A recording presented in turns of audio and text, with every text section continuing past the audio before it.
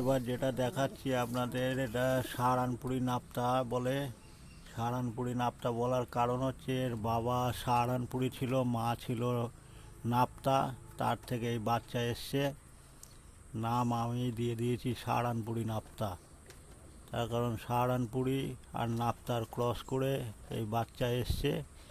শখ করুন, পায়রা রেজাল্টেড পায়রা, মাদি 7 ঘন্টা প্লাস, মদ্দা 7 ঘন্টা প্লাস, অসাধারণ উড়ন, প্রচণ্ড গরমেও এরা 6-7 ঘন্টা কোনো ব্যাপারই না দম করা।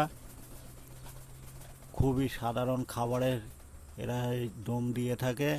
পায়রাগুলো শখ করুন, দেখুন কি ধরনের পায়রা, কেমন কোয়ালিটি, কমেন্ট করুন পায়রা দুটো কেমন হয়েছে।